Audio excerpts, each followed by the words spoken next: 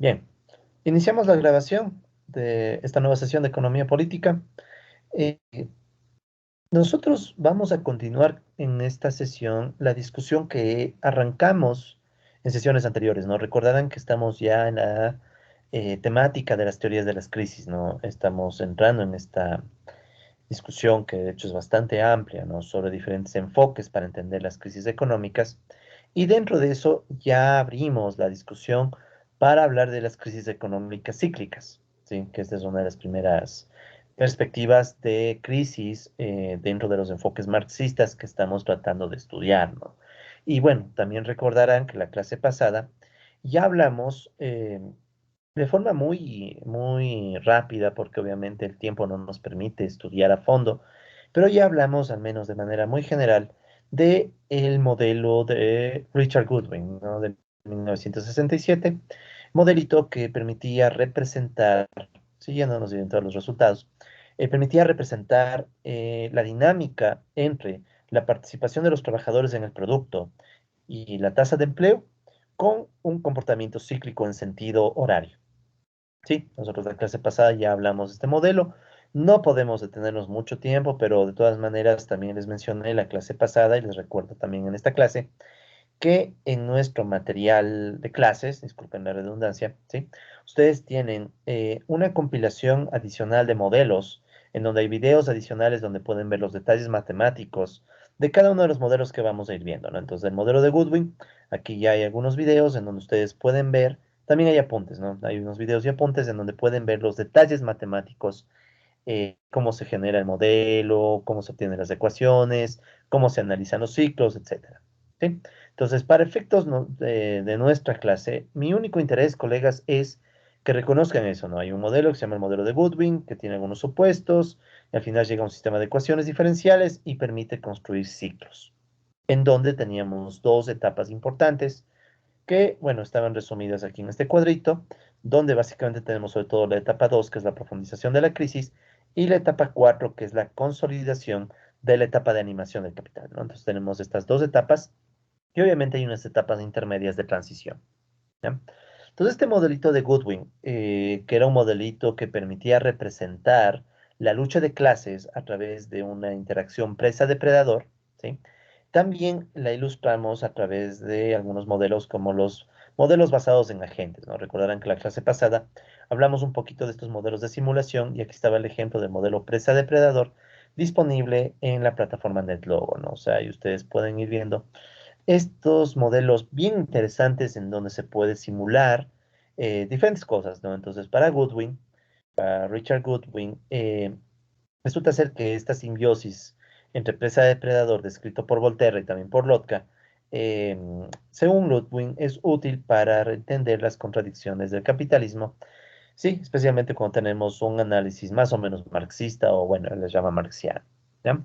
Entonces, esta es la idea central del modelo de Goodwin que ya vimos la clase pasada, esta interacción cíclica. Si quieren, resumiendo muy rápidamente, el modelito de Goodwin de una u otra forma trata de decirnos que es a causa de la lucha de clases, ¿sí? La lucha de clases distributiva, o sea, entre salarios y ganancia, ¿sí? Distributiva, la que lleva al surgimiento de los ciclos y obviamente, por tanto, también a las crisis cíclicas, en las crisis cíclicas.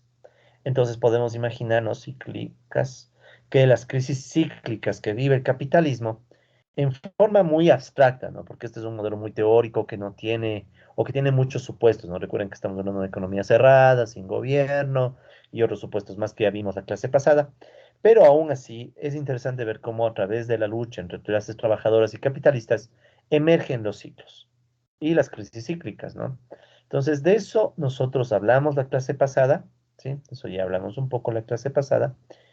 Y bueno, también hablamos un poco de uno de los comentarios que se ha hecho al modelo de Richard Goodwin, planteado por Robert Solow, ¿no? Entonces habíamos dicho que, bueno, tal vez para Solow, el modelo más bien es un modelo de conflicto entre empleados y desempleados, ¿no? Que es una forma interesante también de ver eso. Y también, según Solow, los ciclos del modelo de Goodwin tal vez se podrían ver a escalas de tiempo bastante amplias. O sea, no son ciclos de 1 o 2 años, sino ciclos que podrían ser de 20, 30 años o más, ¿sí? Entonces, bueno, usando como motivación, de sugerencia de Solow sobre el modelo de Goodwin, nosotros ya planteamos la posibilidad, y en eso nos vamos a concentrar hoy día, de ver un poco, bueno, hasta qué punto el modelito de Goodwin puede ser útil para entender los datos, entre comillas, reales de algunas economías, ¿no? O sea, habría que ver si es que realmente hay o no hay evidencia empírica. O sea, cuando hablamos de evidencia empírica nos referimos, colegas, a la existencia de información, de datos reales, concretos, que tal vez den evidencia de si los ciclos que plantea Goodwin en su modelo o no son visibles, ¿no?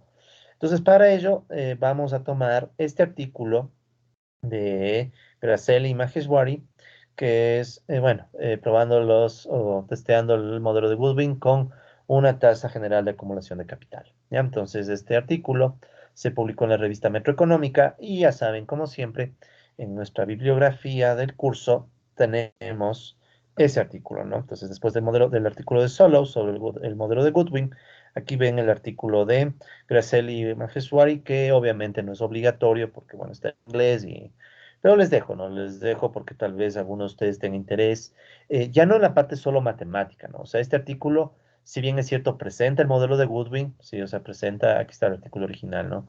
Entonces aquí presenta el modelo de Goodwin con algunas modificaciones, presenta los ciclos, entonces fíjense, la misma estructura que vimos antes, ¿no? En esta región está lo que, bueno, aquí los autores llaman depresión y aquí está el boom, ¿no? Y recuerden que este es un modelo en el sentido horario, ¿no? Modelo en el sentido horario. Sí, tengan siempre presente eso, ¿no? Es un ciclo, o el modelo genera ciclos en sentido horario, ¿no? Entonces, este modelito está explicado también en este artículo de Gracel y Maheshwari, pero a la vez, ¿no? Que tenemos esto, también el artículo, y esa es la parte más interesante por la que yo decidí presentarles este artículo, es el intento de comparar el modelito, de hecho interesante porque usa unos modelos econométricos, 6 temporales, para tratar de ver si los ciclos de Goodwin teóricos se parecen o no se parecen a datos reales para diferentes economías, ¿no? Entonces, ustedes pueden ver el intento de estos autores. Ya lo vamos a ver en lámina más grande, pero quiero que tengan la idea general del artículo, ¿no? Entonces, ahí ustedes van a ver los intentos de ver a partir de modelos de series temporales hasta qué punto los ciclos teóricos empatan con los datos reales de algunos países, ¿no? Entonces, es bien interesante. Les recomiendo que lean el artículo, pero obviamente esta es una lectura ya más para complementar, ¿no? La idea de los ciclos del modelo de Goodwin. Entonces, bueno, la evidencia empírica es bastante diversa y compleja, ¿no? Y compleja, o sea, no. Por ejemplo, ¿no? Ustedes pueden ver que tenemos un modelo o un ciclo en rojo, ¿sí? No se olviden que aquí están las variables que nosotros conocemos, ¿no? Aquí está la distribución o la participación de los trabajadores en el producto y aquí está la tasa de empleo, ¿no? No se olviden de eso, ¿no? O sea, aquí está Cada autor pone su letra, ¿no? Aquí está en cambio como omega, pero bueno, esta es la participación de los trabajadores en el producto, o sea, cuánto del PIB, por ejemplo, le toca a los trabajadores, y esta otra es la tasa de empleo. ¿Ya? La tasa de empleo. Entonces ahí ustedes pueden ver estos datos medidos para diferentes países, por ejemplo, que tienen para Australia, ¿no? Desde el año 1960 hasta el año 2010. Entonces, evidentemente que entre el comportamiento que muestran los datos y el ciclo teórico hay distancias. O sea, es obvio, ¿no? Hay distancias. O sea, no podemos esperar que sean perfectos. Pero lo que sí se puede destacar es que hay como que hubiera cierto sentido, ¿no? Cierto sentido horario, ¿no? Pero claro, no es el sentido horario que dice el modelo, así, una gráfica bien bonita, así. Y a veces se pierden, ¿no? Por ejemplo, aquí como que hay un bucle y después como que se va por este lado. Entonces no es muy clara la evidencia, ¿sí? Y es normal que pase esto. O sea, también hay que ser conscientes de que el modelo de Goodwin es un modelo muy teórico, muy abstracto, muchos supuestos. Tocaría quitarle varios supuestos para tratar de ver si los datos coinciden o no con el modelo de Woodin. Por eso es que a veces, si bien es cierto, me gusta este artículo porque hace este intento de empatar la teoría con los datos, incluso usando series temporales. Yo soy un poco escéptico en hacer estos ejercicios tan abruptamente porque entre la teoría y los datos reales hay muchas variables de por medio, a más de los casos o de las realidades concretas de cada país. Pues, por ejemplo, estos son los datos de Australia, ¿no? Entonces, obviamente que no es que el ciclo esté muy bueno, pero tal vez el sentido horario nos diga algo, ¿no? Puede ser, ¿no? Tomen también en cuenta que este comportamiento es bien irregular porque incluso las fuentes de información de cada país pueden ser muy complejas, ¿no? Vean, por ejemplo, el caso de Canadá. Entonces, ustedes cogen y ponen en el eje horizontal la tasa de participación de los trabajadores y en el eje vertical la tasa de empleo que encuentran. Un comportamiento muy irregular, ¿sí? Demasiado irregular, o sea, muy difícil a priori de decir que aquí en Canadá siquiera se puede hablar de ciclos, ¿no? Muy complicado, o sea, como pueden ver es un comportamiento que al menos visualmente no ayuda mucho, ¿no? Eso en el caso de Canadá. Tenemos más países, vean Dinamarca, ¿no? En el caso de Dinamarca parece, o sea, como que a ratos hay este sentido horario que describe el modelo de Goodwin, bueno, aquí hay un bucle. Hasta acá, ¿no? Pero después, difícil, ¿no? Entonces como que empieza a girar por varios lados y entonces complicado, ¿no? Entonces vemos que en Dinamarca tampoco se ve muy claro el modelo, el ciclo, ¿sí? El ciclo. Veamos Finlandia. Finlandia es un caso, vean, este en cambio como que sí, ¿no? Bueno, aquí hay una región de bucle un poco rara, pero hay ratos que sí. O sea, vean esta parte, ¿no? Esta regioncita de acá, como que parece repetir o simular el comportamiento del modelo de Goodwin, ¿no? Esta parte al menos. Pero obviamente aquí hay otra región que está un poco complicada, ¿no? Entonces, la lección con este ejemplo que estoy presentándoles es que puede haber casos donde por etapas, ciertos periodos históricos, tal vez el modelo de Goodwin tenga algo que contarnos, pero obviamente no es la historia completa, ¿no? Vean Francia. Aquí tenemos el caso de Francia y este es un caso que a mí me gusta, ¿no? O sea, vean, al inicio hay mucha fluctuación, pero vean cómo para cierto periodo de tiempo se parece o se acerca bastante el comportamiento de los datos con el comportamiento del ciclo teórico. Entonces, el ciclo teórico es el que está en rojo, ¿no? El ciclo teórico es el que está en rojo y los datos como que al menos para un periodo de tiempo, como que sí, ¿ya? Pero obviamente hay otros periodos en los que no. Entonces, ¿cuál sería la lección? Digamos que esto es una lección tanto teórica, pero también es una lección práctica. Los modelos teóricos, colegas, al menos yo los tomo como modelitos que tratan de dejarnos una intuición, ¿sí?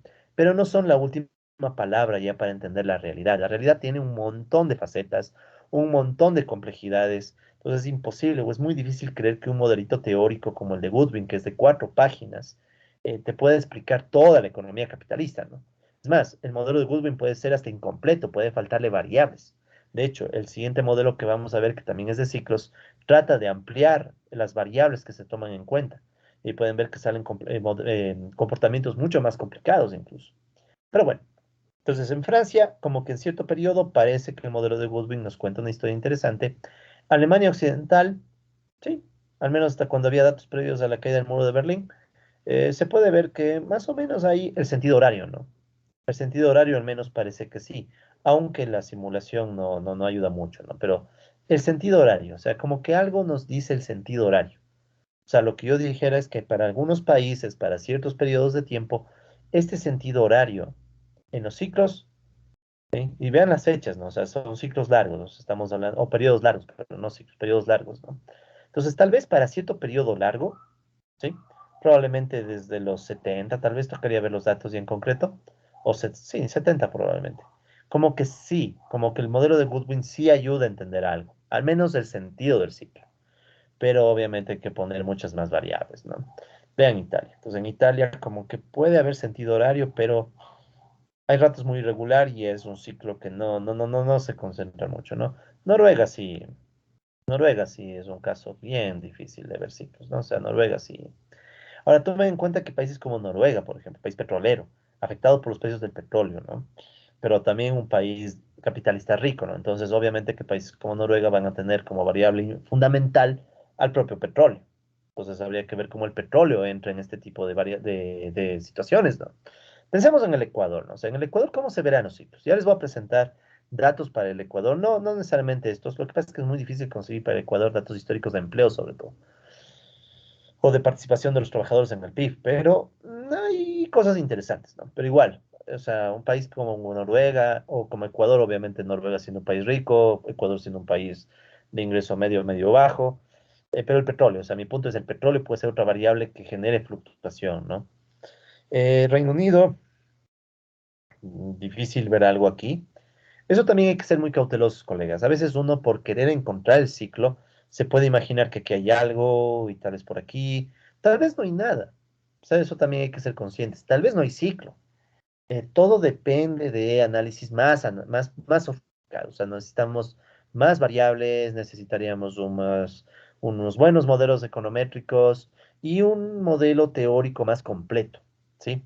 Hay algunos trabajos, de hecho, hoy día les quiero presentar otros trabajos que, bueno, no los incluí en las láminas ni tampoco en la bibliografía, pero les quiero presentar al menos unos más sobre el modelito de Goodwin. Pero bueno, y en Estados Unidos, difícil, ¿no? O sea, puede ser que son ciclos sobre ciclos. O sea, no hay por qué pensar que el ciclo siempre se queda fijo. El ciclo puede que se mueva también, o sea, puede ser que es el mismo ciclo moviéndose. O sea, hay muchas posibilidades, ¿no? Pero obviamente, digamos que este es un campo de estudio que todavía da para mucho, sí, da para mucho. Y como pueden ver, este artículo es para países del capitalismo eh, rico, ¿no? O sea, de los países capitalistas desarrollados. Sería de pensar qué pasa en los países capitalistas subdesarrollados, ¿no? O sea, sería interesante trabajar en ese tema. Y bueno, o sea, la idea es que por eso mismo les dejo este artículo para que a futuro tal vez alguno de ustedes se sienta motivado a estudiar, ¿no? O sea, hay o no hay ciclos al estilo de Goodwin en países como Brasil, México o el propio Ecuador, ¿no? O sea, obviamente viendo si es que se encuentran los datos, ¿no? Que eso siempre es una limitante. Ahora, eh, claro, aquí nosotros en lo que les he presentado, estamos analizando el ciclo de Goodwin, ¿sí? O sea, el modelo de Goodwin, que repito, es un modelo de 5 páginas, bien sencillito, en donde Goodwin, a propósito, quería hacer un modelo fácil, porque lo que él quería era explicar el ciclo. Es como decir, ok, quiero explicarles por qué estas fluctuaciones. No quiero más. O sea, Goodwin no buscaba que su modelo se utilice para hacer ejercicios econométricos. No, no, ni en broma. O sea, Goodwin simplemente presenta este modelo. Y es más, el mismo Goodwin tiene un montón de modelos cíclicos. Este es uno, pero Goodwin tiene un montón. Y no solo marxistas. Goodwin trabajó también temas de, por ejemplo, cómo combinar Marx con Keynes, con Schumpeter, y tiene algunos trabajos bien interesantes, ¿no? Matemáticamente mucho más complicados. De hecho, el modelito de Goodwin es de los más sencillos que hay. Y aún así me toma algunos videos extra de explicar ya el modelo, ¿no? Pero no quiero con eso decirles que bestia tienen que estudiar el modelo de Goodwin. No, al contrario, si no desean, no hace falta que vean estos videos. Pero lo que digo es que esto es recién la punta del iceberg, ¿sí? Porque además, y aparte de Goodwin, hay muchos trabajos dentro de la economía marxista que han intentado representar matemáticamente los ciclos del capitalismo. ¿Sí? O sea, Goodwin no es que es un caso raro por ahí, ¿no? Hay varios trabajos y varios autores que han intentado hacer lo mismo, ¿ya? Aquí les dejo, por ejemplo, en esta lámina citados, ay, sí, voy a tratar de conseguir los artículos de estos autores, pero estos sí, digamos que como no son parte de la clase, sino solo les cito de paso, no tengo los artículos a mano, o sea, los tengo guardados, ya los voy a buscar a ver si los subo, ¿no? Entonces, por ejemplo, ¿no? Es interesante ver que hay autores adicionales a Goodwin, ¿ya? Por ejemplo, Sherman es un autor que en el año 71 también arma una interpretación cíclica de Marx, tomando lo que se conoce como los esquemas sectoriales de Marx, el tomo 2 del Capital. Ya vamos a ver eso más adelante, o sea, de qué se trata esos esquemas. Pero lo importante, Sherman en el año 71 plantea varios modelos cíclicos que también representan las contradicciones causadas especialmente por la sobreproducción, tema que también vamos a ver más adelante. Y bueno, Sherman llega a la conclusión de que un amplio desempleo cíclico provoca un crecimiento económico más lento. Entonces, interesante, o sea, ahí tienen otro trabajo en el cual se puede ver que hay comportamientos cíclicos en el capitalismo, ¿no? Aparte, el mismo Sherman en el año 79 plantearía otra interpretación cíclica, ¿sí? Parecida a la anterior, pero ahora destacando el efecto que tiene sobre la tasa de ganancia causado por la participación de los capitalistas en el producto, la capacidad de utilización y una ratio capital-producto, o sea, poniéndole más variables, ¿ya? Entonces, como ustedes pueden ver, no es solo Goodwin, hay otros autores que han trabajado también en el tema de los ciclos, ¿sí? Y es más, también habrían debates y discusiones sobre cuáles son los mejores modelos cíclicos, ¿sí? Entonces, por ejemplo, algunos debates entre los enfoques cíclicos asociados a la sobreproducción de Sherman se podrían ver que han sido confrontados con otros enfoques que, por ejemplo, hablan de la caída se les llama la compresión o el aplastamiento, o ¿cómo se diría? El profit squeeze se le llama, o sea, en inglés, o sea, que las ganancias se van aplastando, ¿no? Y eso ha sido trabajado por un autor llamado Goldstein. Entonces, Goldstein tiene un artículo en el 99 que también trabaja un modelo de ciclos, pero distinto al de Sherman, ¿ya? Entonces ya ven que tenemos aquí a unos tres autores, ¿no? Tenemos Goodwin, Sherman, dos artículos de Sherman, Goldstein, como referencias adicionales, ¿no? Que han trabajado ciclos. Y hay más, o sea, hay más autores que también han trabajado modelos cíclicos. Por ejemplo, tenemos Eagle, o Eagle, él también en el 72 también tiene un modelo agregado donde el desempleo aumenta cíclicamente con el aumento de la composición orgánica del capital. Entonces ahí tienen otro modelo en donde hay ciclos, en ese caso viendo el vínculo desempleo-composición orgánica, ¿no? Entonces al final, Eagle sugiere que el aumento continuo del desempleo llega a un punto intolerable que colapsa el capitalismo. Bien interesante, ¿no? O sea, él llega a mostrarnos cómo los ciclos, el modelo de ciclos, puede incluso servir para explicar o tratar de hablar del colapso del sistema capitalista, ¿no? Ahora, recuerden, son modelos teóricos, son modelos con varios supuestos, y obviamente según el supuesto, el modelo puede que te dé colapso, no colapso, o sea, ya hay que estudiar el modelo a detalle, ¿no? Pero penosamente para estudiar estos modelos se necesita de matemática, ¿no? O sea, no se puede simplemente plantear los modelos de forma verbal, ¿no? Yo aquí les estoy haciendo un resumen porque tenemos mucho más por estudiar, ¿no? Pero por lo menos para que se queden con la idea de que hay un mundo de temas aquí, ¿no? Otro trabajo interesante de ciclos es planteado por Leibman. ¿Sí? Entonces, Leibman, quien partió de una variante del modelo de Goodwin y vincula los esquemas de Marx, del tomo 2 del Capital, que vamos a ver más adelante. Entonces, Leibman plantea una reflexión esquemática de la crisis. O sea, él plantea unos esquemas, ¿no? De cómo puede ir surgiendo la crisis, usando resultados de modelos de simulación, por computador incluso. Verán, bueno, modelos de simulación. De hecho, el próximo modelo que vamos a ver es un modelo teórico que está hecho a computadora. O sea, uno ya puede utilizar computadores para tratar de analizar ciertos modelos porque se vuelven cada vez más complicados. Claro, alguien dice, no me gusta tanto supuesto en un modelo económico. Ya, ok. Quita un supuesto. Quitar un supuesto significa volverle más complicado al modelo. O si te dices, me faltan variables, le pones otra variable, le vuelves más complicado al modelo. Entonces, cada vez que se vuelve más complicado, necesitamos más herramientas y a veces ya los modelos se vuelven tan complicados que toca usar herramientas de simulación, como computadores, ¿no? En fin, entonces, otra referencia importante también son Leibman, 1988 y 1992, ¿no? Entonces, con estos modelos, Leibman identifica ciclos explosivos e inestables, que, bueno, según él reflejarían la propensión del capitalismo a la crisis, ¿sí? Y junto a estos trabajos hay muchos otros, ¿sí? Muchos otros trabajos que muestran la existencia de múltiples modelos que pueden mejorar la comprensión de las crisis capitalistas cíclicas, ¿ya? O sea, en definitiva, colegas, Goodwin es apenas, como les digo, ¿no? La punta del iceberg de un montón de trabajos dentro de la economía marxista que tratan de hablar de los ciclos y tratan de hacer sentido, ¿no? De por qué cada cierto tiempo el capitalismo está en estos problemas económicos, ¿no? Que es un intento, repito, de capaz hasta recoger lo que dijo el mismo Marx. ¿Se acuerdan que nosotros en clases pasadas habíamos dicho que Marx mismo tenía esta intuición de que se podía llegar a explicar matemáticamente las fluctuaciones? Y Marx hablaba de estos movimientos en zigzag, estas fluctuaciones.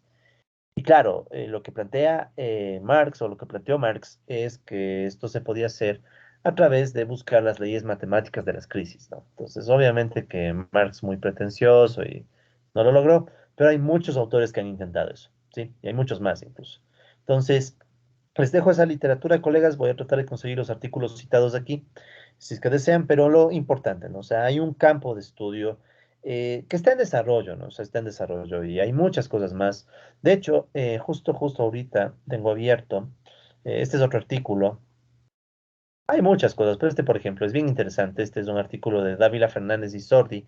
Este es del 2018, ¿sí? Este es del 2018, en donde estos autores tratan de extender el modelo de Goodwin para una economía abierta, tomando en cuenta limitaciones por balanza de pagos, ¿sí? O sea, ya una economía abierta, ¿no? Con balanza de pagos, pero claro, el sistema de ecuaciones al que ellos llegan ya es cada vez más complejo.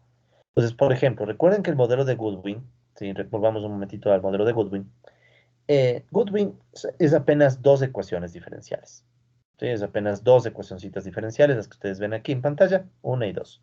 Una ecuación diferencial para la participación de los trabajadores en el producto y otra para la tasa de empleo. Los modelos que le siguen son modelos cada vez más complejos, y aquí está, por ejemplo, este modelo, en donde van apareciendo más ecuaciones a medida que ustedes ponen más realismo, si quieren, ¿no? Entonces, por ejemplo, digamos que a las dos ecuaciones adicionales de Goodwin, este trabajo pone una ecuación, no me acuerdo en dónde estaba, bueno, de balanza de pagos, o sea, para una economía abierta, ¿no? Entonces ahí pueden ver que están unas variables parecidas a las que hemos visto, pero bueno, lo importante, colegas, o sea, hay muchos trabajos, pero claro, aquí pueden ver, por ejemplo, aquí están los ciclos, acá arriba está un ejemplito de los ciclos. Este trabajo en particular me gustó porque, claro, ahí pueden ver los ciclos, pero vuelta en tres dimensiones, ¿no? O sea, poniendo otra variable, ya no dos, sino tres variables. Entonces, viendo en tres variables cómo surge un ciclo, ¿sí? Entonces, hay mucho por hacer, ¿no? O sea, lo que digo es mucho por hacer. Entonces, hay trabajos incluso del modelito de Goodwin con economía abierta, ¿ya? Y más cosas, ¿no? O sea, este no es solo economía abierta, sino que también tomen en cuenta otros factores. Así que esa es la cuestión, colegas. Hay mucho por recorrer en estos temas para que vean que, bueno, la economía marxista tiene mucho que decir, ¿no? O sea, hay mucho por hacer. Y una de mis ambiciones fuera interesante ver que precisamente gente de la central, por ejemplo, pudiera aportar a esta literatura, ¿no? O sea, que haya gente que diga, yo construí mi modelo, tomé a Goodwin, le mejoré en esto, o lo que sea, ¿no? Yo creo que hay el potencial, colegas, pero obviamente necesitamos más fundamentos de matemática. Ok, entonces, bueno, eso para cerrar esta literatura de la interpretación de Goodwin y parecidos. Y vamos ahora a entrar en otro tema. Seguimos dentro de las crisis cíclicas, pero ahora vamos a entrar en otro tema que de hecho es otro modelo. Sí, este es otro modelo. Si quieren, este es el modelo 2. El modelo uno era el modelo de Goodwin. El modelo 2 que les quiero presentar es un modelo que, bueno, se le llama el modelo de la Ley General de la Acumulación Capitalista. ¿Sí? De hecho, es un modelo que desarrollé yo. ¿Sí? Es un modelo que yo desarrollé hace ya algunos años. Y este modelito trata de hacer algo parecido a lo que hace el modelo de Goodwin, pero es más complejo, se incluyen más variables. Y obviamente al ser más complejo se vuelve un poco más difícil de manejar en términos incluso matemáticos, ¿no?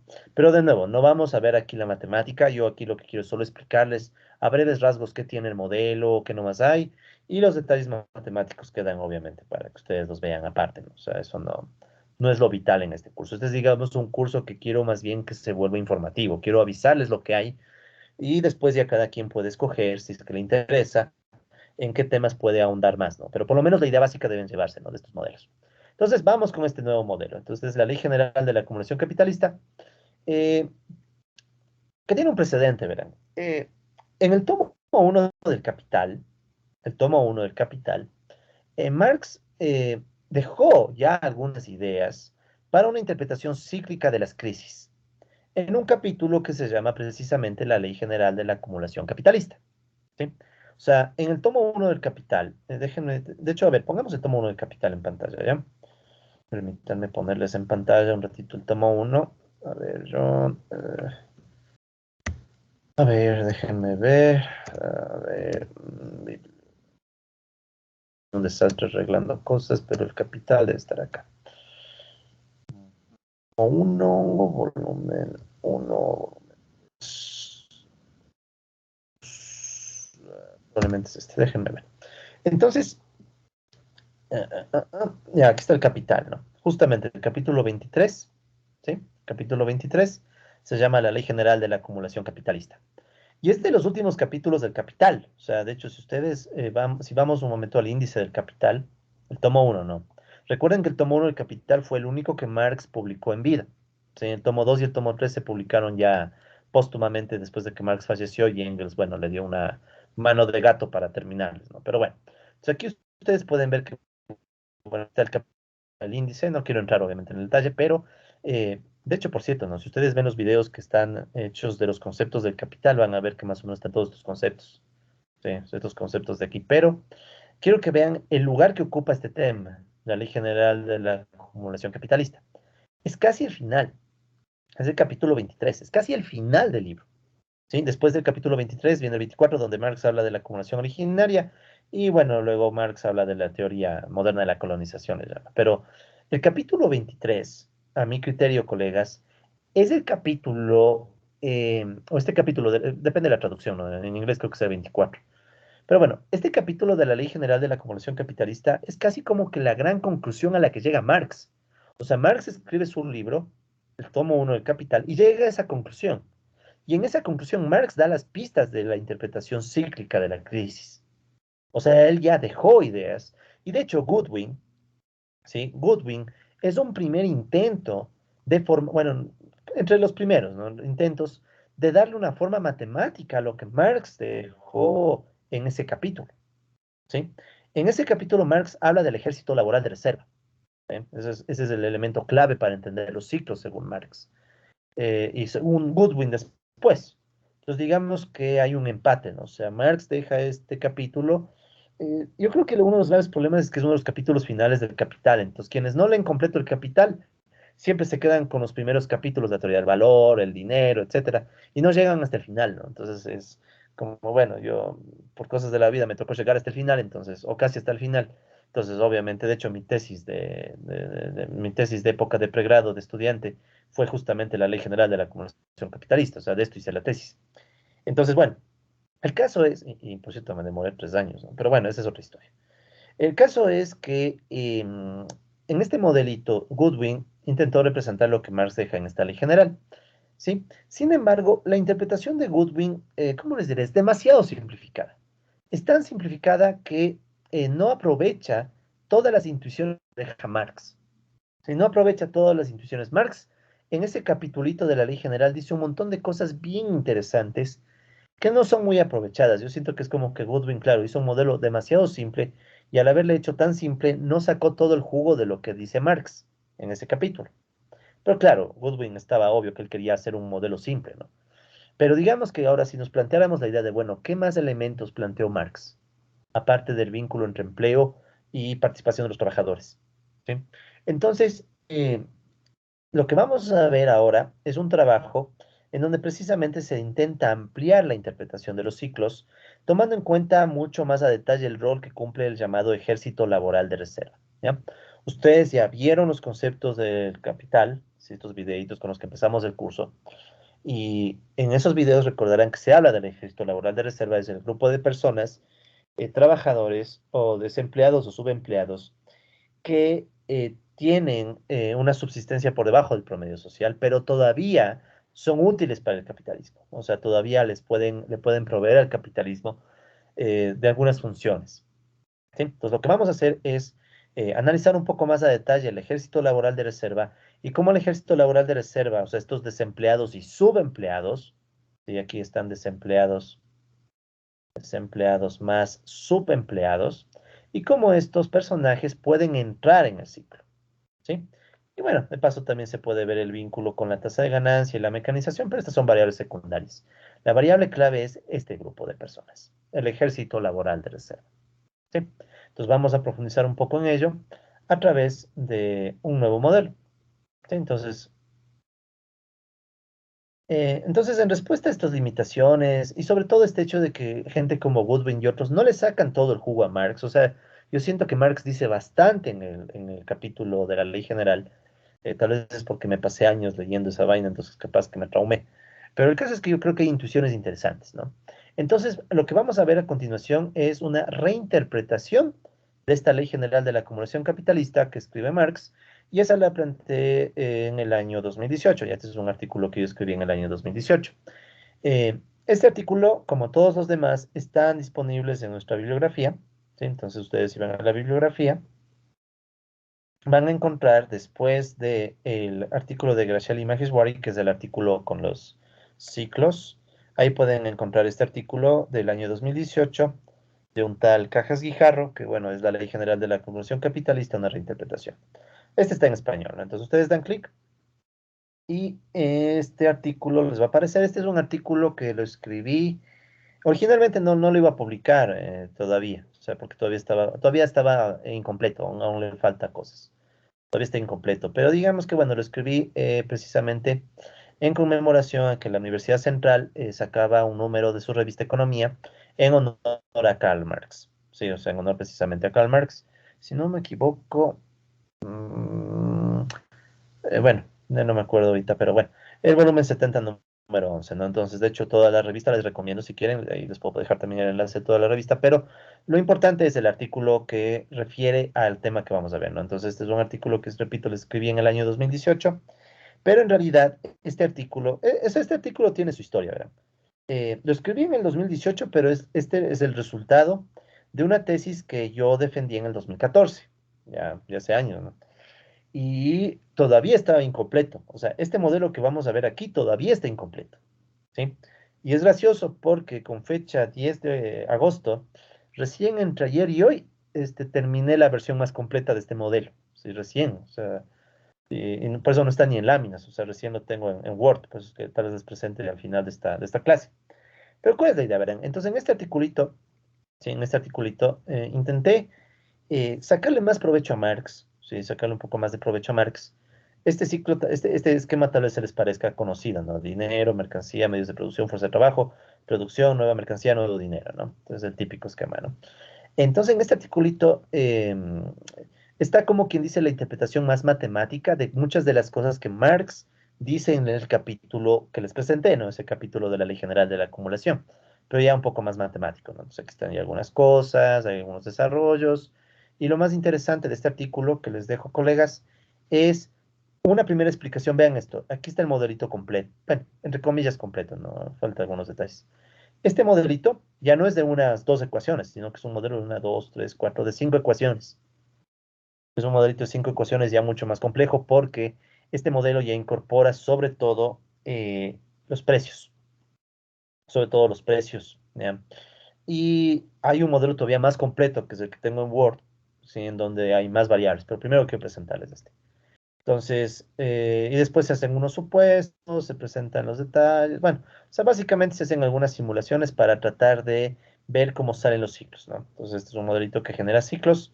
Así que ustedes pueden ver los ciclos en dos y en tres dimensiones, ¿no? Porque ahora hay más variables, entonces se puede ver los ciclos no solo en dos variables, sino en una tercera también, ¿sí? Entonces, este es el artículo que vamos un poco a estudiar, ¿no? Y bueno, un poco más que nada vamos a ver cómo surge el ciclo desde una lectura más marxista, ¿no? O sea, una lectura un poco más marxista, ¿no? O sea, entonces este es el artículo, colegas. Este está en español, así que este sí, por favor, tienen que leerlo, ¿no? Para efectos de evaluación. No me interesa que ustedes entiendan a detalle la matemática, ¿ya? Si lo hacen mejor, chévere, perfecto. Pero si no, me interesa que entiendan la idea. De todas maneras, en esta clase vamos a tratar de explicar los principales puntos de ese artículo, ¿sí? De ese artículo que, repito una vez más, es un artículo del año 2018, no está completo el modelo y ahora tengo una mejor versión, pero todavía no está publicada, entonces quiero que trabajemos con la versión publicada, ¿ok? Por eso les digo, o sea, si hay potencial, o sea, yo creo que si nos juntamos con más personas de la central, podemos hacer cosas y podemos entender mejor al capitalismo, ¿no? Entonces aquí está un ejemplo, bueno, un intento ya. Entonces vean, esta interpretación que le vamos a ver, la vamos a ver muy rápida también, o sea, no hay mucho tiempo para ver los detalles matemáticos, pero de todas maneras vamos a ver tres partes de este artículo. Primero, la definición de los determinantes de la acumulación capitalista y de la tasa de ganancia.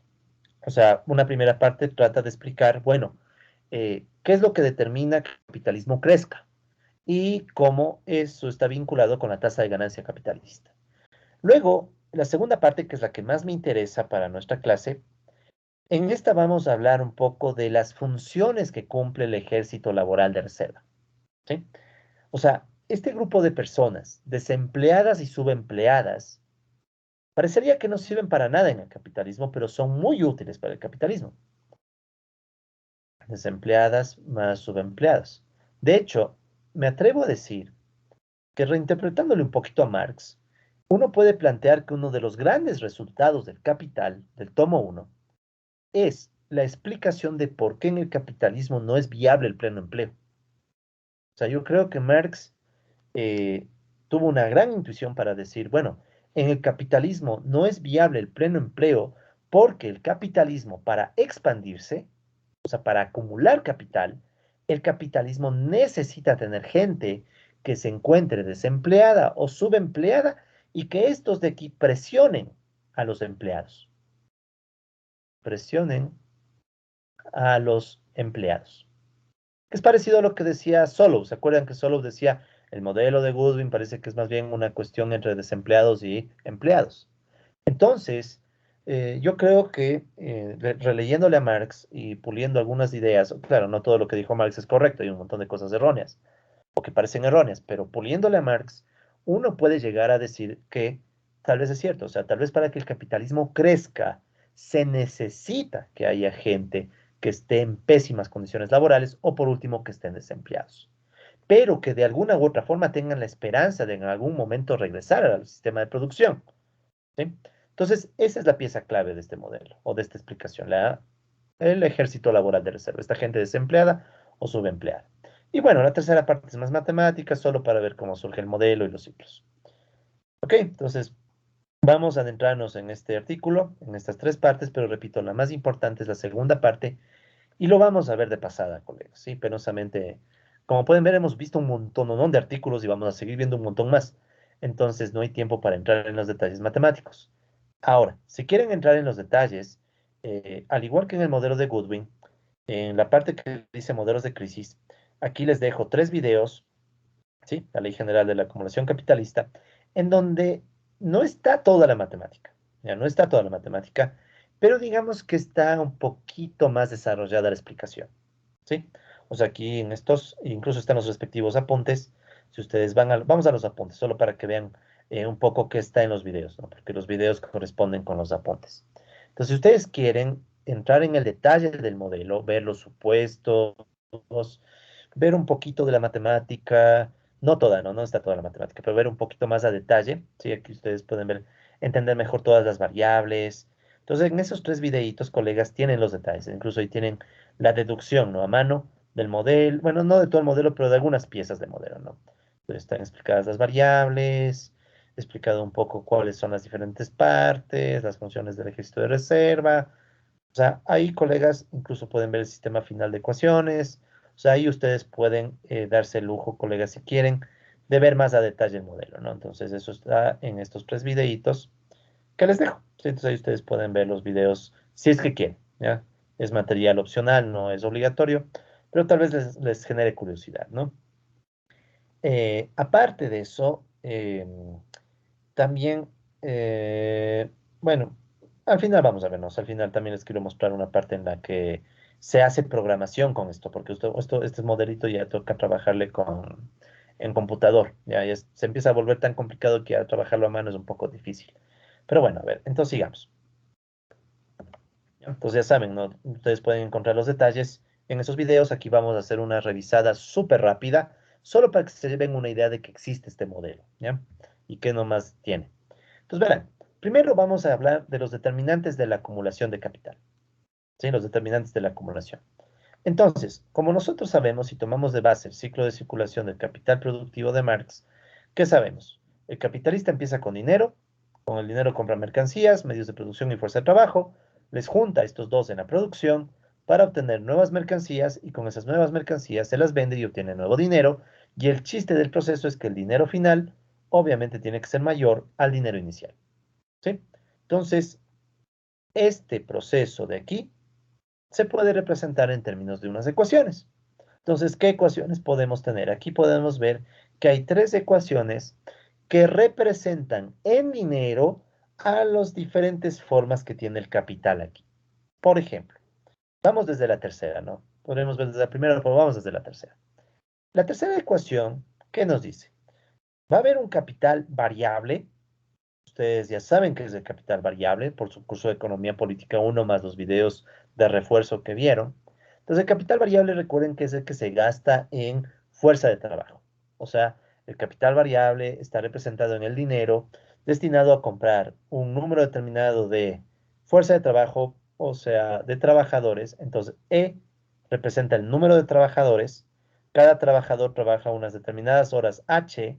H es el número de horas y W es el salario pagado por hora a cada trabajador, ¿sí? Entonces, como que se dice, contratamos E trabajadores, E empleados que trabajan H horas por un salario W por hora. Entonces, si multiplicamos todo eso, asumimos que todos son promedios, ¿no? Si multiplicamos, nos va a dar B, que es el total de dinero gastado en fuerza de trabajo, ¿sí? O sea, esta fuerza de trabajo se compra con un dinero B. En cambio, los medios de producción, ¿ya? máquinas, herramientas, materias primas, etcétera, eso se compran a través de un precio P por la cantidad de medios de producción A. Entonces aquí hay un supuesto bastante fuerte, colegas. El supuesto es que vamos a asumir que solo hay un medio de producción, una máquina, ¿ya? Una máquina que le vamos a llamar A, ¿ya? O que A significa la cantidad de la máquina. Esto puede ser un poco bizarro, alguien puede decir, a ver, ¿cómo que solo hay una máquina? Si quieren, podríamos verle como que A son horas en las que se usa la máquina, pero bueno, más fácil, piensen que es la máquina y solo hay una máquina en la economía. ¿Por qué hago esto? Hago esto porque si yo quisiera complicarle al modelo, ¿qué podríamos hacer? Decir que hay una máquina uno, máquina 2, máquina 3, máquina 4 y cada máquina tendría su propio precio, por ejemplo, para poder sumar todas las cantidades de dinero. Sin embargo, eso le complica demasiado al modelo y no es nuestro objetivo, ¿sí? ¿De acuerdo? Entonces aquí hay un supuesto muy fuerte, repito, que estamos asumiendo que hay solo una máquina. Pero este es el mismo supuesto que usan otros autores, como el que usan Goodwin y otros, ¿ya? Es un poco neoclásico supuesto, pero es para simplificar la historia, porque si no, aquí habría un sumatorio. O sea, si es que no queremos este supuesto, tendríamos que sacar el sumatorio desde igual 1 hasta n de cada máquina a i multiplicada por el precio i de esa máquina, si queremos máquinas de precios distintos. Entonces, obviamente que eso ya complica más el modelo, ¿no? Tenemos que trabajar con un sumatorio. Pero bueno, se puede hacer a futuro. Sin embargo, eso no es el tema principal del argumento de este modelo, entonces por eso es que no nos metemos por ahí, ¿ya? Entonces asumimos que hay una sola máquina y esa máquina se compra a un precio P.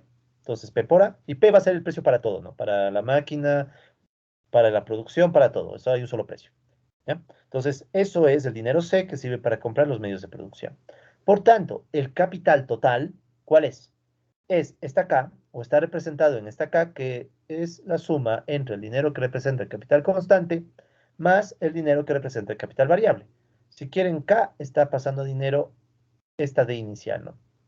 Entonces no es nada del otro mundo. Simplemente decimos, ok, el capitalista con dinero compra medios de producción, una máquina a un precio A, P, y fuerza de trabajo, un número de personas a unas determinadas horas por un salario W. ¿Ok? Entonces empezamos con esas tres ecuaciones y a partir de eso, ¿qué se hace, no? A partir de esas ecuaciones, o bueno, a más de esas ecuaciones, se pueden agregar, sí, otras ecuaciones, ¿no? Por ejemplo, la diferencia entre el dinero final y el dinero inicial que el capitalista, si se quiere, ¿no? Que el capitalista ve, ¿no? O sea, ve que parte con un dinero inicial D y llega con un dinero final D. Si sacamos la diferencia, esa diferencia se supone que debe recoger una ganancia, que es la razón o parte de la razón de ser del proceso de producción capitalista, la G, la tasa, la ganancia. Y además de la ganancia, también podemos hablar de una tasa de ganancia G minúscula. Entonces, aquí pueden ver que hay dos ecuaciones. Una ecuación define la ganancia. La ganancia del capitalista se puede definir, recuerden, es un modelo simplificado, ¿sí? Ya sabemos que la ganancia de los capitalistas realmente tiene un montón de elementos, pero en un modelo simplificado podemos decir que es igual a los ingresos menos los costos. ¿Cuáles son los ingresos? Estamos asumiendo que el capitalista solo obtiene ingresos cuando su empresa vende una cantidad de producción Q mayúscula multiplicada por un precio P. Entonces, Q es la cantidad que se produce multiplicada por el precio de cada unidad y eso nos da los ingresos. Entonces, si quieren, esto de aquí sería los ingresos, ¿no? Ingresos. En cambio, los costos vendrían dados por, ¿qué nomás? Entonces, aquí solo asumimos que hay dos costos. El costo de el dinero que se paga a los trabajadores, que le llamamos B, ¿se acuerdan, no? El dinero pagado a la fuerza de trabajo, ¿ya? B, más los costos de depreciación de la máquina, ¿sí? Entonces aquí está una delta, que es una tasa de depreciación, multiplicando a C, que sería el P por A. ¿Se acuerdan que C era P por A? O sea, el precio de la máquina por la máquina. Entonces estamos asumiendo que esta máquina que se vende a un precio o se compra a un precio, sufre un proceso de depreciación por una tasa delta. Esta es una delta. Entonces, al final tenemos que la ganancia de los capitalistas en este modelo simplificado es la resta entre los ingresos por la venta de la mercancía. Por cierto, solo hay una mercancía, no, por eso es que solo hay una Q. Si no, tendríamos Q1, Q2, Q3, pero asumimos que hay una sola mercancía. Y eso restado los costos de comprar fuerza de trabajo y de depreciación del capital constante. ¿Ya? Ojo, en este modelo no hay materias primas, ese es otro supuesto, ¿no? No hay materias primas. Si hubiera materias primas, tendríamos que tomar también en cuenta el costo de las materias primas, ¿sí? Pero no metemos materias primas porque ya se imaginan, o sea, cada cosita que le pongan le va a complicar y nos distrae de nuestro tema central, ¿sí? De hecho, verán, no estoy seguro cuántos de ustedes lleguen a hacer modelos económicos. Me gustaría saber qué hagan. O sea, no se queden solo con buscar datos y esto ya es más un tema hasta de vida, ¿no? O sea, claro, lo más lógico es buscar lo realista, ¿no? O sea, buscar datos, sacar modelos econométricos con datos reales y todo. Pero ojalá entre ustedes alguien también se interese por la teoría económica, la teoría, ¿no? Keynes decía que muchas veces la gente práctica, que cree que está haciendo cosas novedosas y todo, esa gente práctica muchas veces es esclava de las ideas de algún economista muerto. Eso decía Keynes, o sea, una frase genial para decir, muchas veces esta gente que piensa en grandes teorías, que parece que no dicen nada, tal vez llegan a conclusiones tan importantes que tú que pasas metido en los datos, muy práctico, no llegas a trascender, ¿sí? A Keynes no le conocemos por un modelo estadístico, a pesar de que Keynes era estadístico. A Marx no le conocemos porque hizo grandes modelos matemáticos, ni pudo hacer matemática. Bien, bien. Y a grandes pensadores asimismo, no les conocemos solo por sus modelos, les conocemos por sus grandes ideas teóricas. Entonces, si alguno de ustedes se mete en eso, mi recomendación, aunque no sé, tengo a veces la esperanza que sí va a haber gente que haga teoría, ¿no? Que no solo haga, o sea, que haga las dos, teoría y también práctica, ¿ya? Pero si hay gente que ustedes que va a hacer teoría, colegas, una recomendación, esto ya es la experiencia. Siempre traten de hacer primero los modelos más simples. Luego le complicas lo que quieras, pero primero hacer un modelo simple para ir al grano, ir al tema central que te interesa. Y luego le pones complejidad, complejidad y complejidad. ¿Ya? Entonces, por eso es que este modelito solo tiene estos ingresos y estos costos. Y queda para el futuro, tal vez yo mismo u otra persona, ponerle más cosas. Si es que esas cosas te van a agregar nuevas ideas. ¿Sí? Pero bueno, esta es entonces la ganancia. Y además de la ganancia tenemos la tasa de ganancia que se puede definir muy fácilmente. La tasa de ganancia aquí, fíjense, no es más que las ganancias divididas para el dinero que representa todo el capital. ¿Sí? Entonces, por ejemplo, si el capitalista utilizó en total $1.000, o bueno, digamos que son 100 millones de dólares, o 100.000 dólares, ¿ya? Digamos que son miles. Entonces, el capitalista usó 100.000 dólares para comprar fuerza de trabajo y máquinas y medios de producción. Y al final, el capitalista obtiene una ganancia de 20.000 dólares. O sea, ya neto eso es lo que le sobra después de hacer ingresos menos costos. Entonces, ¿cuánto es la tasa de ganancia? 0.2, que bueno, se puede leer como 20%. ¿Sí? Entonces, la tasa de ganancia no es más que la ratio entre las ganancias que los capitalistas obtienen, ¿sí? Dividido para todo este capital en términos de dinero, ¿sí? Todo lo que se gastó tanto en fuerza de trabajo como en medios de producción. Entonces, son definiciones bien, bien estándar, ¿no? Los videos extra y en el artículo se explican con más detalle las variables, ¿no? Pero no es nada del otro mundo, ¿no? Entonces, listo, tenemos estas otras ecuaciones. Luego, ¿qué más podemos hacer? Respecto a la producción, se pueden agregar algunas cosas, ¿sí? En especial, en la producción, nosotros podemos considerar algunos detalles, como por ejemplo, la producción total, Q, esto está en la ecuación 6, ¿no? La producción total Q, la cantidad producida, podemos decir que nace de la productividad con minúscula multiplicada por las horas trabajadas y el número de personas empleadas. ¿Cuál es la idea? Digamos que se contrata a 10 personas, 10 trabajadores. Cada trabajador labora 8 horas, 8 horas por persona. Y digamos que por cada hora se producen 2 unidades, digamos, ¿no? 2 unidades por hora de cualquier producto. ¿Ya? Ojo, estoy simplificando, solo es para explicar esta ecuación.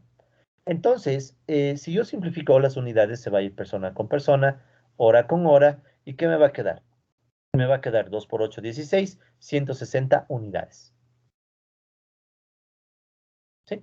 Entonces, estas 10 personas son la E, número de personas.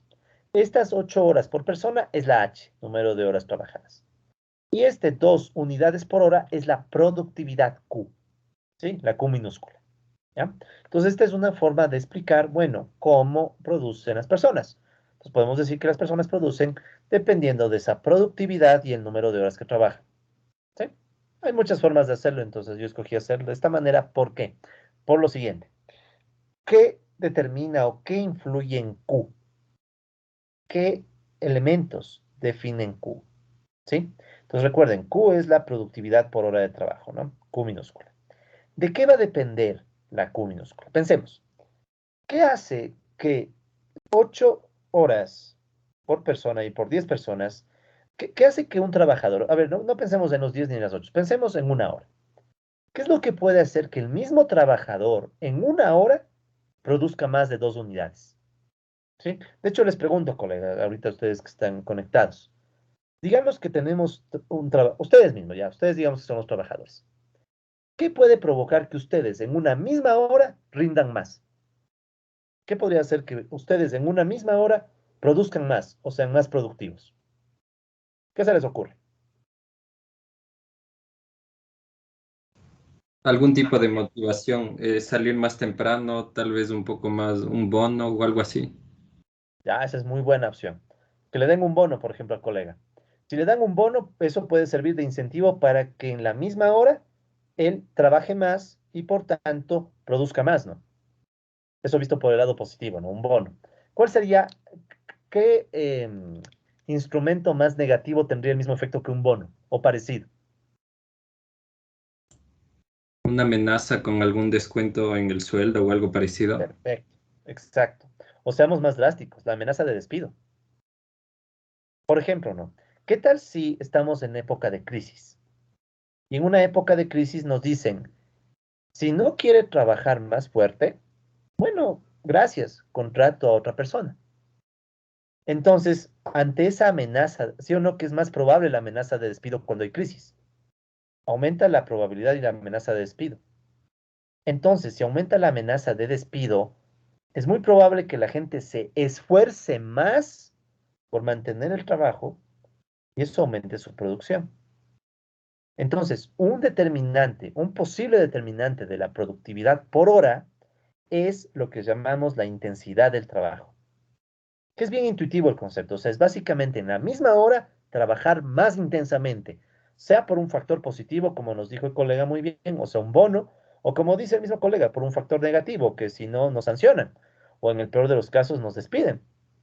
Imaginen una época de crisis. Imagina que estás trabajando en una empresa súper informal.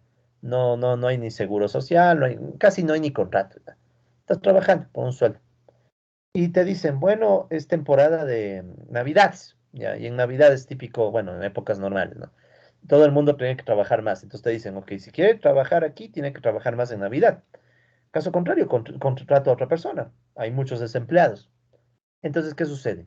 Que el desempleo puede provocar una amenaza y eso obliga a que los trabajadores se esfuercen más, aumenta su intensidad de trabajo y al aumentar su intensidad de trabajo les toca producir más. ¿Sí? Entonces esa es una forma a partir de la cual aumentamos la productividad. ¿Qué otro factor podría aumentar la productividad que no sea estos elementos de la intensidad del trabajo? Bueno, que está en la pantalla misma, la mecanización. Pero ¿qué ejemplos, qué otros ejemplos se les ocurre, colegas, para hacer que una persona en una misma hora sea más productiva?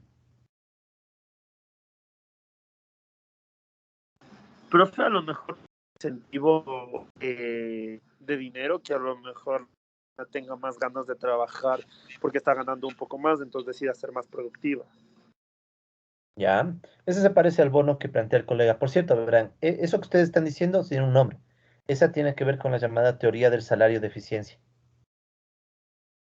Precisamente la teoría del salario de eficiencia plantea que es necesario pagar un salario un tanto alto para motivar a que los trabajadores se esfuercen más, porque, digamos, no podemos vigilarles todo el tiempo. Entonces, autores como Shapiro y Stiglitz, todo el mundo conoce a Stiglitz, Premio Nobel de Economía. Ellos desarrollaron un modelo para explicar cómo puede surgir desempleo, justo por el efecto que están diciendo ustedes, por ese efecto de que muchas veces a la gente se le motiva más con un salario más alto, ¿no? Ya, ¿qué otro puede ser? ¿Qué otro mecanismo podemos usar para que las personas en una hora trabajen más? O produzcan más, mejor dicho, produzcan más.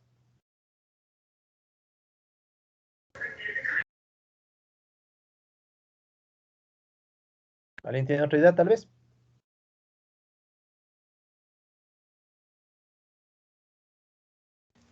El que se les cambie la forma de pago para que, o sea, se les pague por cantidad de producción. Pero muy buen ejemplo. Exacto. Esa es otra. Igual tiene que ver con la intensidad, ¿no? Pero, por ejemplo, ¿no? Si atamos el salario a un salario, o sea, ya no sería un salario por hora, sino un salario por obra, por ejemplo. Pago por obra o pago por producto. Entonces, ¿qué pasa? Que obviamente mientras más productos genere la persona en una misma hora, esta persona será más productiva, ¿no? Entonces, sí, excelente ejemplo. Muchas gracias, compañero. Entonces, como pueden ver, hay varios factores que le afectan a la Q, ¿no? Por eso es que en este modelito, ¿sí? En este modelito, la Q aparece como una función, si ven que está una función, ¿no? Q va a ser una función que va a depender de la intensidad, ¿sí? Va a depender de la intensidad.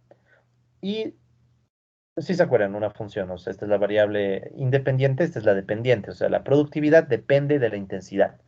¿Y cómo va a depender? De forma positiva, o sea, si crece la intensidad, crece la producción. ¿Cómo se explica o cómo se recoge ese supuesto de que es positivo? Que es obvio, ¿no? O sea, más intensidad se espera que trabajemos más y produzcamos más en una hora. Eso se recoge con la primera derivada. Aquí ustedes tienen la primera derivada, ¿sí? O sea, la parcial, la derivada parcial de Q con respecto a E, ¿sí? Sería la derivada parcial de F1 con respecto a E, y a veces eso se escribe como F1E, ¿ya? Y vamos a asumir que es positiva, ¿ya? Para efectos de este curso, por suerte de ustedes, no vamos a entrar a hacer derivadas ni nada, pero quiero que vean cómo se puede usar derivadas para explicar justo lo que hemos dicho en palabras ahorita nosotros. Más intensidad, sube la E, sube la intensidad, o sea, en una misma hora le toca trabajar más. Y ese aumento de la intensidad, gracias a esta función, hace que aumente la productividad. ¿Sí? O sea, ya no trabajaríamos y generaríamos 2 unidades por hora, sino 3 unidades por hora, sea porque le ponemos un bono o sea porque le pusimos un capataz. Esa puede ser otra, ¿no? O sea, le ponemos un capataz y la misma persona en una hora va a producir mucho más, ¿no? Ese es un supuesto. El otro supuesto que tiene este modelo, colegas, es que aparte de la intensidad del trabajo, también se puede tener más mecanización, ¿ya? ¿Qué es la mecanización? Esto es un tanto neoclásico, ¿verdad? O sea, no les voy a mentir, yo tengo mucha herencia neoclásica, o sea, soy a veces muy neoclásico de la economía, muy convencional. Pero ¿cuál es la idea? Si a un mismo trabajador o un mismo número de trabajadores le damos más máquinas, ¿sí? Y por tanto digamos que hay más máquinas por persona, en promedio podríamos esperar que esa mayor mecanización, que es la variable M, también aporte a más productividad, ¿sí? Entonces, esto es un poco más complejo, ¿no? O sea, por ejemplo, ¿no? Digamos que tenemos una persona a la cual le damos una máquina de escribir. Ya, y le decimos que, ok, produzca informes, produzca artículos, ya, produzca artículos, ya. No sé si llamarle producción a eso, pero bueno. Entonces decimos, ya, tenemos una cantidad de personas a la que le proveemos de una máquina de escribir, ¿sí? Entonces, ¿qué pasa si en el lugar, digamos que tenemos 5 personas? O no, las 10 más 10 personas, 10 personas. Pero solo hay 2 máquinas de escribir. Entonces, ¿qué va a suceder? Que estas 10 personas se van a estorbar, ¿no? Van a ser por turnos. Una persona va a tener que escribir un periodo, otra persona otro periodo. ¿Qué tal si de las 2 máquinas subimos a 8 máquinas? Con el mismo número de personas. No es todavía lo óptimo, ¿no? Lo ideal sería que todos tengan una máquina, aunque depende de los turnos. Pero ¿qué es lo cierto? Lo cierto es que si de 2 máquinas para 10 personas pasamos a 8 máquinas de escribir, ¿no? Para 10 personas, más personas pueden simultáneamente escribir. Y por tanto es de esperar que este mayor número de máquinas, o sea, este mayor A, permita que aumente el número de informes o de artículos o lo que sea. Entonces las 10 personas se vuelven más productivas sin necesidad de estarles presionando ni cambiando los salarios ni cosas por el estilo, ¿no? Sí, sí se entiende la idea, ¿no? O sea, la máquina, tú le puedes modificar, ¿qué hablo? Perdón, le puedes aumentar el número y ese mayor número de máquinas, que le vamos a llamar una mayor mecanización, hace que un mismo número de personas tenga más máquinas, más medios de producción y vamos a asumir que esa mayor cantidad de máquinas también permite aumentar la productividad. Entonces ven que aquí hay dos factores en este modelo, ¿no? Podemos aumentar la productividad por hora, haciendo que la persona trabaje más o también haciendo que esta persona tenga más máquinas o haya más máquinas para todas las personas que trabajan. ¿Sí? Entonces esto de la máquina de escribir es bastante fácil para entender. Ahora verán, esto es bien abstracto. Claro, uno dice, a ver, pero ¿qué tal si yo les doy a 10 personas 20 máquinas de escribir? Si le doy a 10 personas 20 máquinas de escribir, tal vez ya no es tan productivo, ¿no? Porque ¿qué se hace una persona con dos máquinas de escribir? Vean, estoy en modo antiguo, ¿no? 10 computadoras, 10 máquinas de escribir. 20 computadores, ya. Es que era por la palabra máquina, pero bueno. Digamos que tenemos 20 máquinas para 10 personas. Si las máquinas lo que tratan de hacer es escribir, un poco difícil que esto les aumente la productividad, ¿no? Entonces, esta mecanización sí hay que tomarle bien entre comillas. ¿Sí? Bien entre comillas. Porque puede ser que para ciertos casos funcione, para otros no. Ya depende, ¿no? Más bien, la variable que creo que es más realista, les voy a ser franco, es la intensidad del trabajo. Esa creo que es más realista. Y es más realista porque es bien intuitivo. O sea, si te sacan el aire para trabajar más, obvio que vas a producir más. Pero también hay un límite, ¿no? El límite biológico, por ejemplo. Si te fuerzan demasiado, ¿qué puede pasar? Que pasado cierto tiempo ya no rindas igual y tu intensidad empiece a caer. Más, podríamos asumir, aquí sí estoy un poquito divagando, ¿no? Pero podríamos asumir que la intensidad tal vez tiene esta forma. Pongamos el tiempo y la intensidad y hagamos una serie temporal de la intensidad. Tal vez la serie temporal de la intensidad pueda que sea algo así. Al inicio trabajas full intenso, después te cansas y después cae. O sea, capaz que con la intensidad del trabajo hasta funciona eso que se conoce como los rendimientos decrecientes, rendimientos marginales decrecientes. Tal vez se acuerden de esto, ¿no? Rendimientos marginales decrecientes. Es bien interesante, pero Marx tiene algunos textos en donde él plantea esta posibilidad, que es bastante obvio. O sea, a medida que pasa el tiempo, la intensidad de trabajo puede decaer por los propios límites biológicos del ser humano. Y tal vez muchas de las cosas que aprendimos en microeconomía de los rendimientos marginales decrecientes pueden usarse, pero se usarían para hablar de la intensidad del trabajo. ¿Sí? Pero bueno, ahí estoy especulando un poco, colegas, pero les dejo la idea porque puede ser que a futuro salga algo interesante de ahí, ¿no? Esa es la cuestión. Ahora, para ilustrarles todavía más esto de la intensidad del trabajo, permítanme compartir con ustedes un pequeño video. Voy un ratito a compartir la pantalla con audio. Quiero mostrarles un pequeño video, ¿sí? Es un video corto, ¿no? Es un video corto en YouTube. Sí, quiero mostrarles un videito corto de una película, ¿sí? Que es una película súper famosa. Es una película de Charles Chaplin. ¿Sí? Entonces, Charles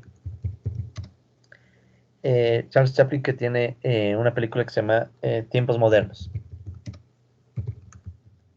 Y hay la escena de la máquina. ¿Sí? Justo si ven ahí sale. Entonces, tal vez una escena que quizá muchos de ustedes habrán visto, ¿no? Pero esta es perfecta para ilustrar la intensidad del trabajo, ¿sí? O sea, ¿qué queremos decir con estas variables? Por eso les digo, colegas, que cuando vean un modelo, no piensen que es un modelo en donde solo hay números y variables o abstracto, no. El modelo trata de capturar alguna intuición. Entonces, la intuición que yo traté de capturar es justo de esta película, no les voy a mentir. O sea, yo vi esta película y vi esta escena y después de un tiempo dije, ¿y por qué esta escena no le tomamos y le combinamos con Marx? Qué bestia, qué malo, ¿no? O sea, volverle marxista al pobre Chaplin. Pero bueno, entonces veamos esto. Quiero ver una que... Esta puede ser. ¿Ya? Entonces veamos esta escena un ratito, colegas. ¿Ya? Y después a ver si me desexpreso. Ya, entonces quitemos un momento el audio. Foreman. Trouble on bench 5. Check on the nut tightness. Nuts coming through loose on bench 5. Attention, Foreman.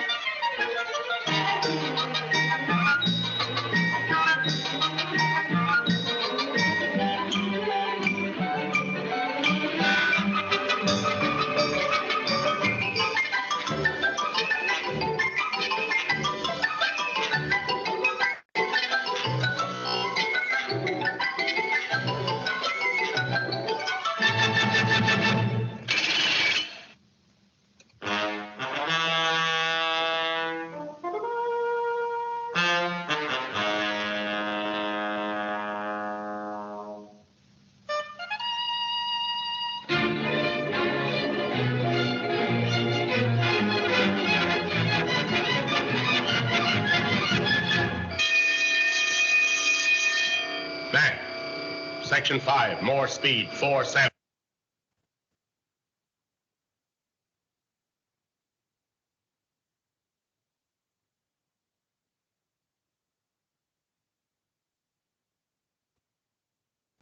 Perdonen que arruine la película a la mitad, pero vean aquí cómo el jefe no ordena que aumenten la velocidad de la línea a 4.7. Entonces, ese es un ejemplo, o sea, justo este es el ejemplo directo de que significaría aumentar la intensidad del trabajo. O sea, al mismo trabajador se le dice, ok, ahora bajo las mismas condiciones, pero te vamos a presionar a más velocidad del trabajo. Y por tanto, eso va a hacer que aumente la intensidad. Y obviamente al aumentar la intensidad, ¿con qué fin? Con el fin de aumentar más la producción, ¿no? Entonces, justo aquí está la variable E, ¿sí? Para que vean un poco el empate entre el video y el modelo, ¿no? O sea, por algo estamos viendo el video, ¿no?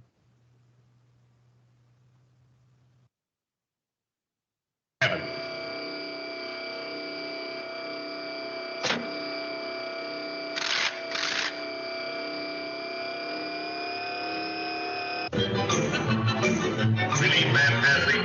Relief man passing.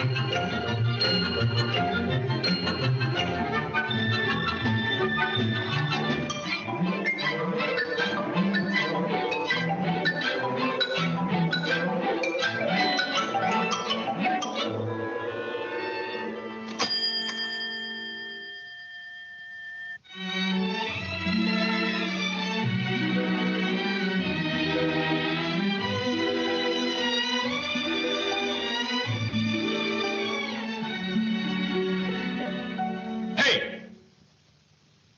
Quit stalling. Get back to work. Go on.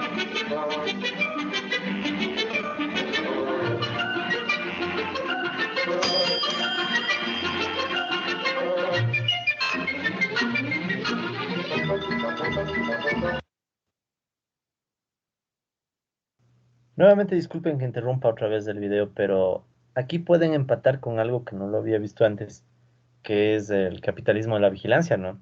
O sea, el hecho de que te vigilan mientras trabajas, ¿no? Entonces ahí ustedes un poco empaten en la práctica cómo puede servir los mecanismos de vigilancia, ¿no? Solo para que un poco empaten cables, ¿no? Cosas que hemos discutido en clase.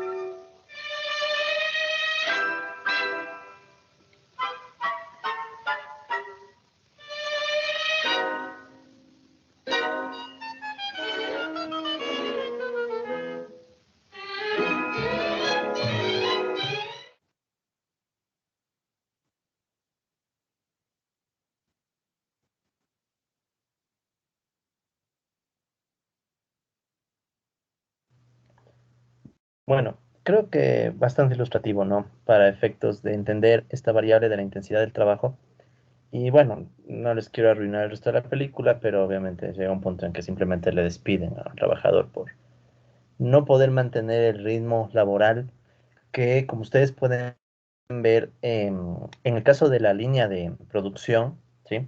Es un claro ejemplo de cómo se controla la intensidad del trabajo, ¿no? Entonces, obviamente que la versión moderna de la línea de producción, porque estamos hablando, esta es una película de los años 20, no me acuerdo exactamente en qué año salió, eh, 20 o 30, porque es una película que hace referencia bastante a la Gran Depresión, ¿sí? Entonces, debe ser de los años 30 la película, porque claro, ahí se ve como Chaplin tiene que buscar cualquier oficio para sobrevivir y le toca trabajar en una cosa y otra, entonces es justamente en alusión a la Gran Depresión, ¿no? La crisis de los años 30. Entonces, bueno, el caso es que la versión moderna, algunos autores plantean, por ejemplo, que el mismo hecho que hoy trabajemos, por ejemplo, ¿no? A través de computadoras, internet y en teoría máquinas que supuestamente deberían facilitarnos la vida, en realidad están contribuyendo a que aumente más y más la intensidad del trabajo. Por ejemplo, consideremos las clases. Ahora resulta ser que podemos tener más y más clases con menos y menos interrupciones, precisamente gracias a la tecnología. Entonces, claro, que también aquí viene un tema de vigilancia, aquí viene un tema de ver que si se cumplen o no se cumplen los programas y sobre todo de que cada vez más y más se desaparece lo que se llaman tiempos muertos, entre comillas, ¿no? O sea, menos tiempo como hacía Chaplin, ¿no? El tiempo de descanso para ir y aunque sea fumarse un cigarrillo, aunque bueno, yo no fumo, pero gente que se relaja así, o sea, parar de la producción, ¿no? Entonces, también eso es otra forma de aumentar la intensidad del trabajo que muchos alegan, hoy por hoy se está logrando aumentar la explotación a los trabajadores a través de incluso la tecnología, ¿no? Más tecnología. Pensemos en Uber o pensemos en todas estas Rappi o estas otras em, plataformas, ¿no? En donde básicamente a los trabajadores les toca sacarse más del aire para conseguir más entregas, para cumplir más entregas y tener más recursos. Entonces ahí yo creo que está un claro ejemplo de cómo el capitalismo de la vigilancia se combina con la intensidad del trabajo, la explotación capitalista y con la precariedad laboral. O sea, es todo junto, ¿no? Todo junto ahí mismo. Pero bueno, sigamos. Entonces, la intensidad del trabajo es una pieza clave en esta interpretación. Y como vamos a ver más adelante, esa pieza de la intensidad del trabajo va a estar vinculada con el rol que cumplen los trabajadores, sobre todo desempleados. ¿Por qué el trabajador tolera más intensidad en el trabajo? Podemos argumentar que tolera más intensidad laboral, en especial porque tiene este temor al desempleo. Claro que hay estas condiciones de los premios y demás, pero tal vez para nuestras realidades como países, sobre todo en los países capitalistas periféricos, la posibilidad del desempleo es un factor muy importante que hace que pueda aumentar la intensidad del trabajo, ¿no? Pero bueno, sigamos. Entonces, ya hemos hablado de algunas variables del capitalismo, todavía nos faltan algunas más. En particular, no. El objetivo del capitalismo o el fin del capitalismo no es solo las ganancias. ¿Sí? No, no se olviden eso, no es solo obtener ganancias. Más importante que solo obtener ganancias es expandir al propio capital, o sea, la acumulación de capital. ¿Sí? O sea, ¿por qué? Porque recuerden que la acumulación de capital permite que el capital inicial sea cada vez más y más grande y por tanto va creciendo esta forma de poder de mercantilización. Sí, o sea, esta tendencia a volverlo todo mercancía a una escala cada vez más grande y más grande y más grande. Ese es el propósito del capitalismo, o sea, cada vez ir volviéndose más y más grande y volver mercancía cada vez y más dimensiones de la vida, ¿no? Entonces, bueno, de eso ya hemos hablado mucho, ¿no? Que hay, de hecho, algunos autores, además de Marx, que hablan de esta tendencia del capital como una forma de poder, ¿no? Poder que se expande y busca volverlo todo mercancía, ¿no? Entonces, bueno, eso también hay que tratar de representarlo. Entonces vamos a representar en términos bastante sencillos, ¿no? Entonces esta búsqueda por ampliar el capital, ¿sí? Incluso es empujada o exacerbada por la competencia capitalista. Recuerden que entre los capitalistas compiten y eso también puede llevar a que se busque la acumulación, ¿sí? Entonces, esto lleva a la acumulación de capital que se puede representar a través de la ecuación 9. ¿Ya? Entonces, ¿qué tiene la ecuación 9? La ecuación 9 es una ecuación que de hecho es nada del otro mundo. Vamos a ver, es una ecuación bastante básica, de hecho. Recuerden que K era el dinero que representa el capital, ¿no? tanto el constante como el variable, o sea, tanto lo que se gasta en medios de producción como lo que se gasta en fuerza de trabajo. Esto de aquí es K, ¿no? O sea, a ver, perdón, esto de aquí es K, ¿no? C más B. O sea, dinero que se destina para comprar medios de producción, recuerden que es el capital constante, y fuerza de trabajo que es para el variable. Entonces, la acumulación significaría que K va creciendo, se va expandiendo, ¿ya? ¿Cómo se puede representar esa expansión del capital? Lo representamos de esta forma, ¿no? Vamos a decir que K punto es la acumulación de capital.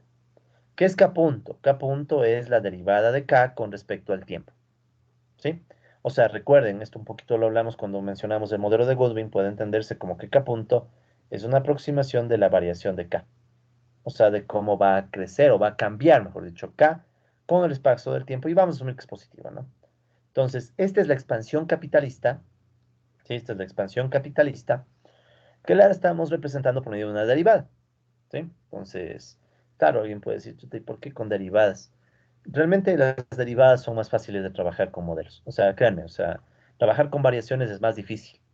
O sea, para los que son mis alumnos en modelos econométricos, nosotros trabajamos con series temporales y ahí aparecen las variaciones. Y estudiar variaciones es más complicado. ¿Sí? Toca hablar de multiplicador dinámico y un montón de vainas más. Y es más complejo. Es más fácil trabajar con modelos en derivadas. ¿Sí? Porque aquí tú puedes usar toda la teoría de ecuaciones diferenciales. En cambio, aquí toca usar la teoría de ecuaciones en diferencia y matemáticas discretas que son un poquito más complicadas. ¿Ya? Por eso es que nos vamos con la versión K punto. ¿Ya? Entonces, la acumulación de capital, o sea, el crecimiento de este K, ¿de qué va a depender? Verán, este es un modelo de economía cerrada, igual que en el caso de Goodwin. Como es un modelo de economía cerrada, esto va a ser financiado con el ahorro de los capitalistas, de las ganancias de los capitalistas. Entonces, vean, aquí hay algunos supuestos, ¿no? Cuando yo digo la acumulación de capital va a ser financiada por el ahorro de los capitalistas, ¿sí? Donde ese, por cierto, es una tasa de ahorro, o sea, una tasa de ahorro multiplicada por la ganancia. ¿Qué estamos asumiendo? Que los trabajadores solo consumen, ¿sí? Los trabajadores vamos a asumir que solo consumen, no tienen capacidad de ahorro.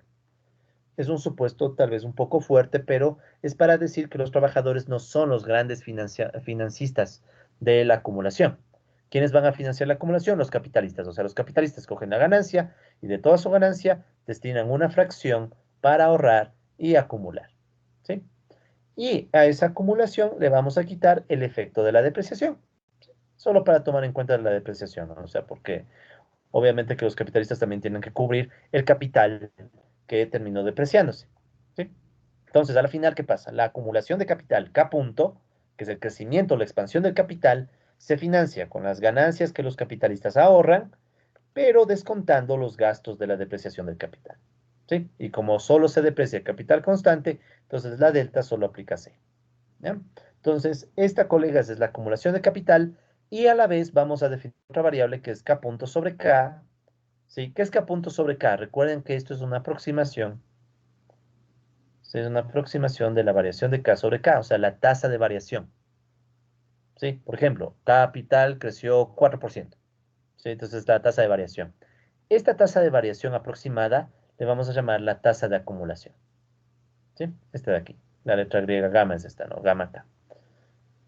Entonces, en definitiva, ¿qué estamos diciendo? Los capitalistas tienen ganancias, esas ganancias las van a ahorrar, nos genera un ahorro total, de ese ahorro total una parte cubre los gastos de depreciación y el resto permite ampliar el K, ¿sí? Y por tanto, si ampliamos K, va a haber una tasa que mide la proporción o el porcentaje en el que crece K, ¿sí?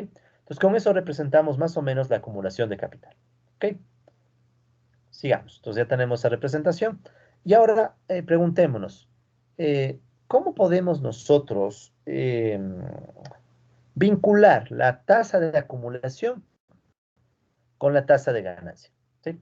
Entonces, si ustedes usan o si toman las ecuaciones 1 a 10, ¿sí? Cosa que no vamos a hacer aquí, pero si tomaran las ecuaciones 1 a 10 y hacen algunos despejes, la ecuación, la tasa de acumulación depende de la tasa de ganancia.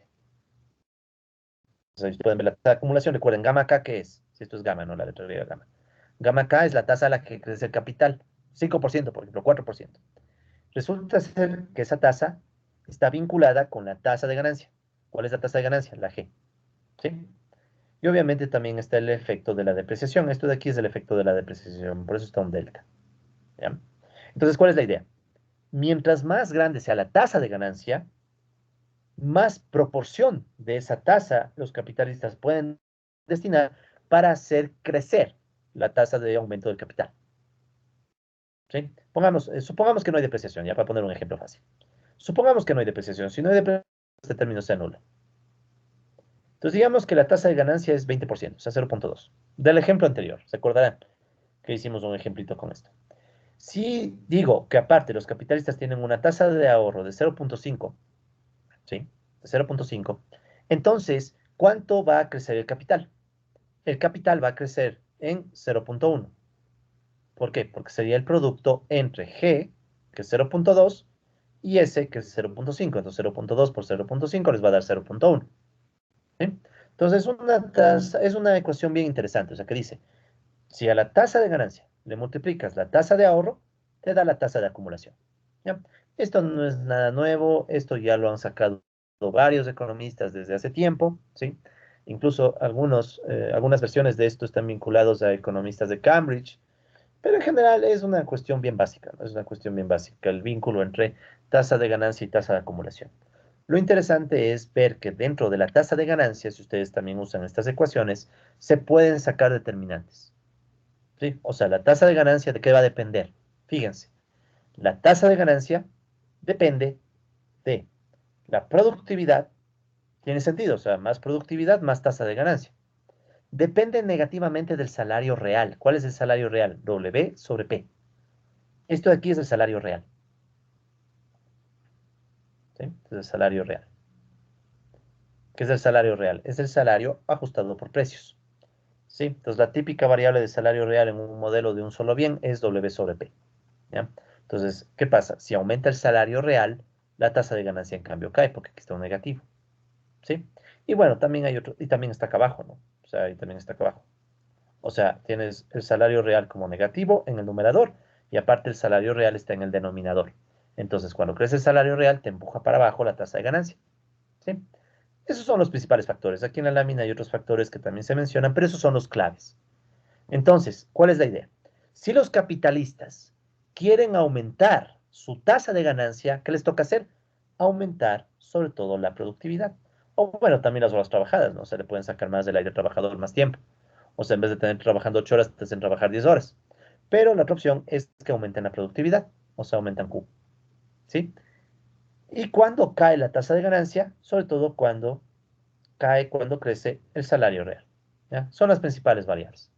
Salario real y productividad.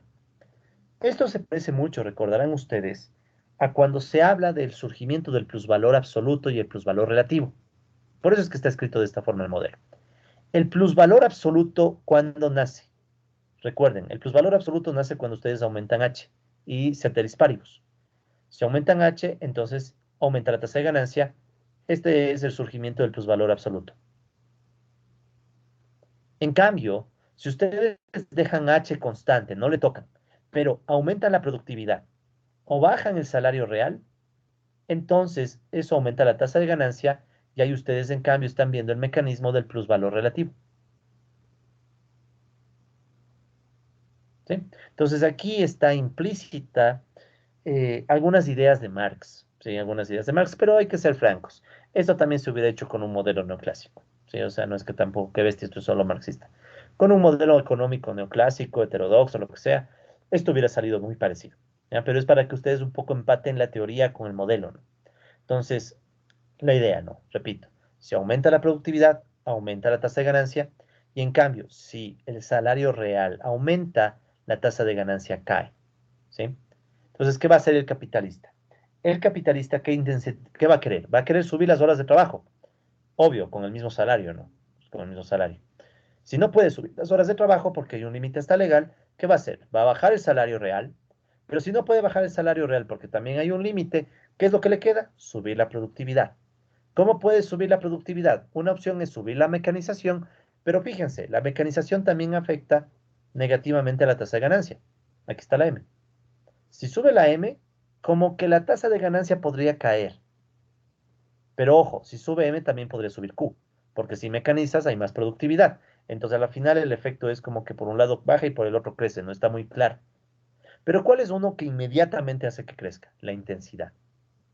Si aumentas la E, aumentas Q, ¿sí? O sea, aumentas la intensidad, aumentas la productividad, aumenta la tasa de ganancia, ¿sí?